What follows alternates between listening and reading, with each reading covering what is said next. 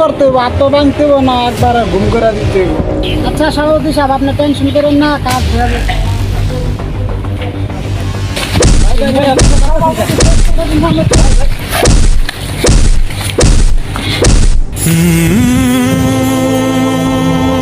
আচ্ছা সভাপতি সাহেব, পোলা বান্ডিতে ফোন দেন। যে ভাইরা আমারে মারলো, আল্লাহ তুমি সেই ভাইদেরকে হেদায়েত দান করো। কাজটা আসলে ভাই আমারও না বুকটা আমার অনেক প্রিয়।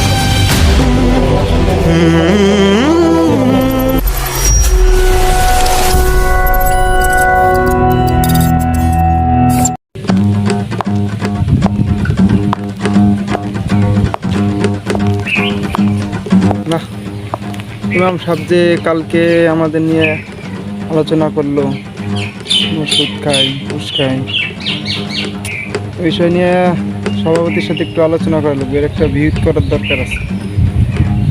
ইমাম সাহেব বেশি বেশি বলতেছে। একটা ফোন দেই সভাপতির সাথে হয়ে আছে।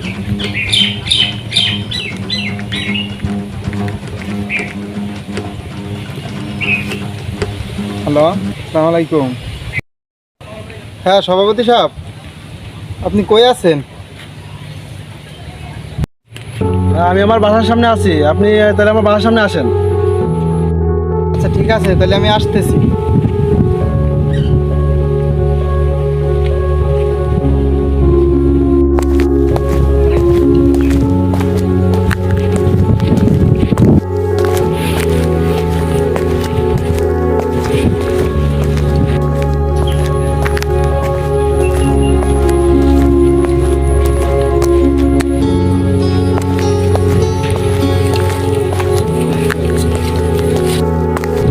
আসসালামু আলাইকুম। ওয়ালাইকুম আসসালাম। বসেন। কি হয়েছে? যে কারণে আসা, কালকে তো ইমাম সাহেব মসজিদে মানে জুমার বয়ানে বললো সুদ ঘুষ এটি নিয়ে বললো, এটি তো আপনিও সুদ খান আমিও সুদ খাই, এগুলো ইঙ্গিতে আমাদেরই বোঝাইছে। তো আমরা টাকা দিয়ে ইমাম সাহেব রাখছি, আমরা বেতন দিই, তো আমাদের বিরুদ্ধে কথা বলবে, এটা তো মাইনে নেওয়া যায় না সভাপতি সাহেব। এর একটা বিহিত করা লাগে, তো আপনি তার কি বলেন? হ্যাঁ সেক্রেটারি সাহেব, আমি ওই ব্যাপারটা নিয়ে ভাবতেছি, এটা আসলে ভিত করা দরকার। আমরা যেরকম ফেলে পিটাইছিলাম, এই ইমামও সে পোলাপান দিয়ে পিটানো লাগবে। কারণ আমরা সুদ খাই, ঘুষ খাই, ওর বলা লাগবো কা? হ্যাঁ, আমরা টাকা দিয়ে ইমাম রাখছি, ওই তো লোক হবে আমাদের বিরুদ্ধে কথা বলে। হ্যাঁ, আচ্ছা সভাপতি সাহেব, তো পোলা বান্ডিরে ফোন দেন, ওরা আসুক। আচ্ছা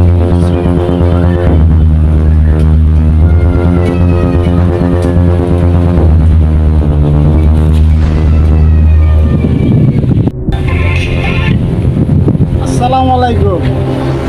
ওয়ালাইকুম আসসালাম। হ্যাঁ তোমরা কোথায়? হ্যাঁ, আমরা তো যে বাগান বাড়ি বসে রয়েছি, এখনই আসতে হবে না?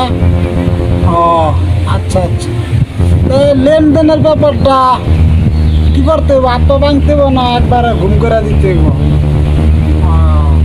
আচ্ছা আচ্ছা তোমরা আমার বাসার সামনে আসো, তোরে সামনাসামনি বলবো না। বাসার সামনে। আচ্ছা আমরা আসতেছি, চলো।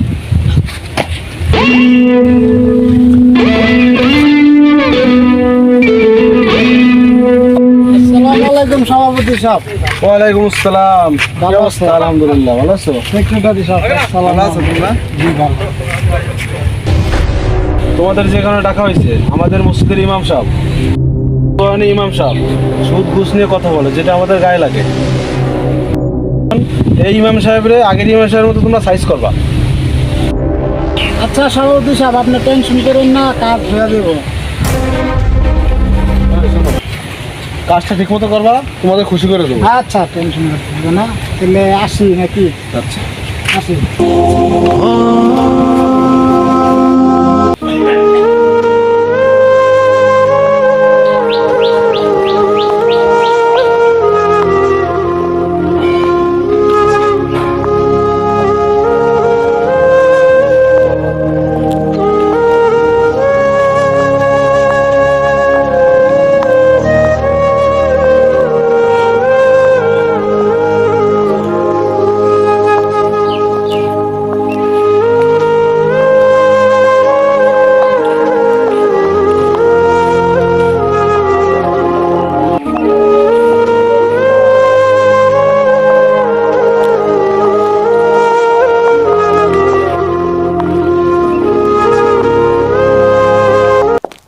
সাহেব এই রাস্তা দিয়ে তো যায় না, তো ইমাম সাহেব কো? ভাই আমার তো আর দেরি হইতাছে না ভাই।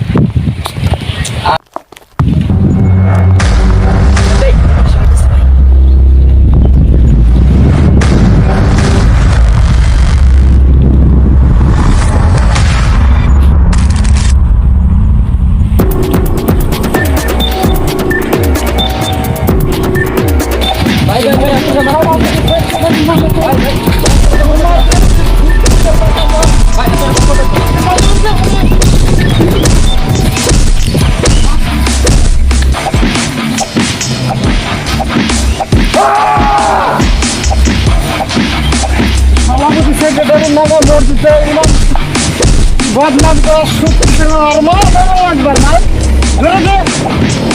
আর শিক্ষা আর কোনো মসজিদে আপনি মসজিদ সভাপতি সেক্রেটারির নামে বদনাম করবি না। জানা মানলাম না তোর হন তার ভবিষ্যতে তুই আর মসজিদে কোনোদিন সভাপতি সেক্রেটারির নামে বদনাম করবি না। তোর জানা মানলাম না, এবার কালে তোর মাফ করে দিলাম।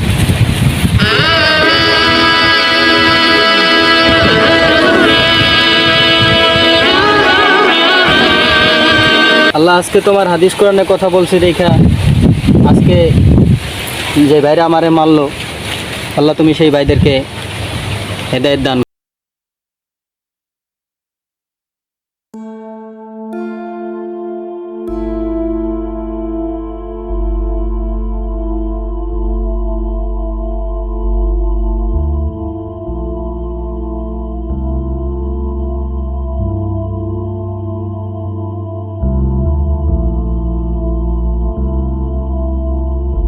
এই তোমার খুবই খারাপ লাগতেছে। আচ্ছা ইমাম সাহেবের মারার পরের থেকে আমার বুক জ্বর পর অস্থির ভাব লাগতেছে।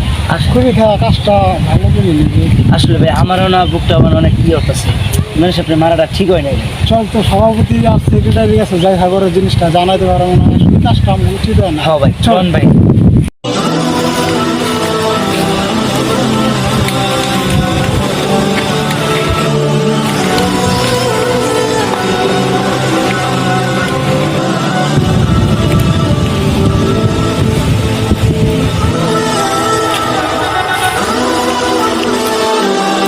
সভাপতি সাহেব, ওয়ালাইকুম আসসালাম। কি কাজ কি কমপ্লিট? কাজ তো কমপ্লিট সভাপতি সাহেব, কিন্তু জীবনে তো অনেক লোক মারলাম, অনেক কিছুই করলাম, কোনোদিন খারাপ লাগে না।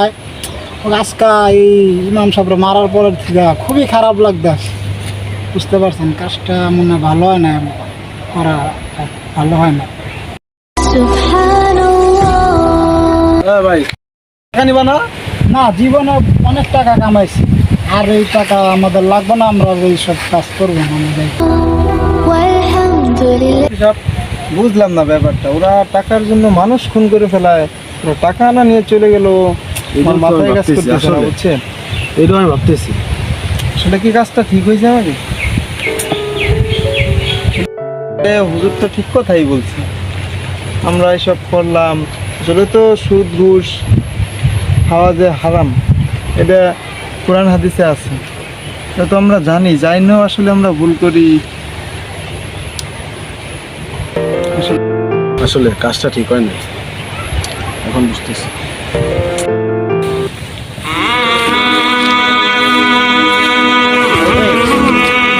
দেখলাম যাইতে ইমাম সাহেব চল, মানে সভাপতি সেক্রেটারির বাসা যাইতেছি। চল আছে ভাই।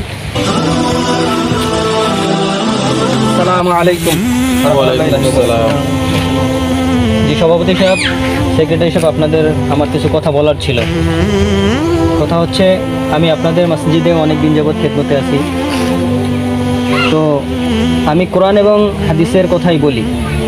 গত জুমায় কোরআন এবং হাদিস সম্পর্কে কথা বলছি, যে সুদ এবং ঘুষের বিরুদ্ধে, কিন্তু আপনারা শেষ পর্যন্ত সুদ এবং ঘুষের বিরুদ্ধে কথা বলার কারণে শেষ পর্যন্ত লোক ভাড়া করে আপনারা আমারে মারধর করছেন এবং রক্তাক্ত করছেন, অপমান অপদস্থ করছেন। একজন ইমাম হয়ে আমাকে আপনারা তারপরও মারধর করছেন।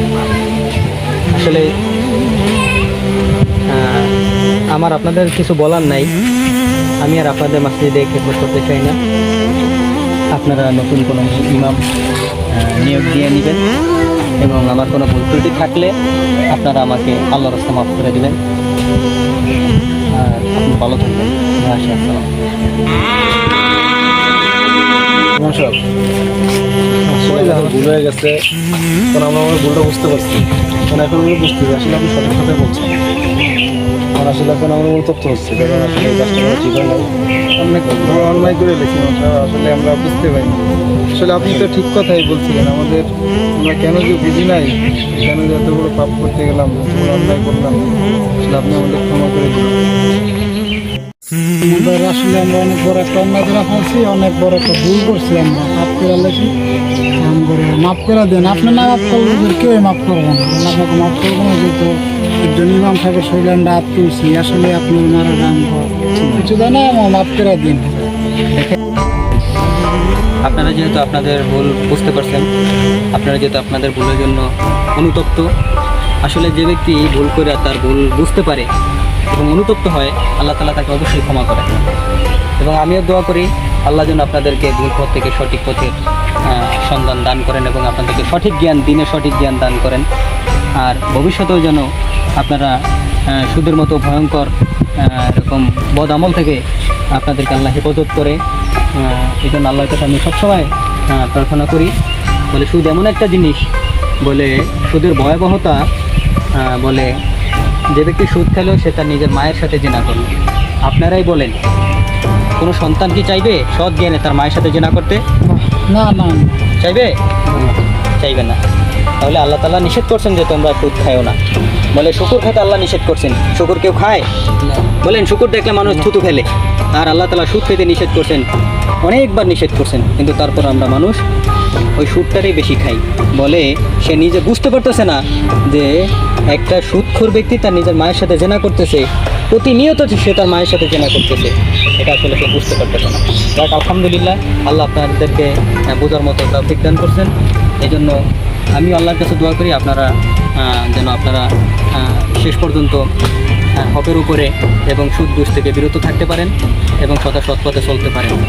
এই তো হুজুর, আপনি আমাদের সবার চোখ খুলে দিয়েছেন। আমরা আসলে অনেক বড় অন্যায় করে ফেলেছি। তো আজ থেকে আপনার হাত ধরে কথা দিলাম, আমরা কোনোদিন কেউ সুদ খাবও না, দেবও না। আর আজ থেকে আপনি মসজিদে মন খুলে বয়ান করবেন, ইনশাল্লাহ আমরা সবাই আপনার সাথে আছি। আলহামদুলিল্লাহ, আল্লাহ তাআলা সকলকে কবুল করুন। আমিন।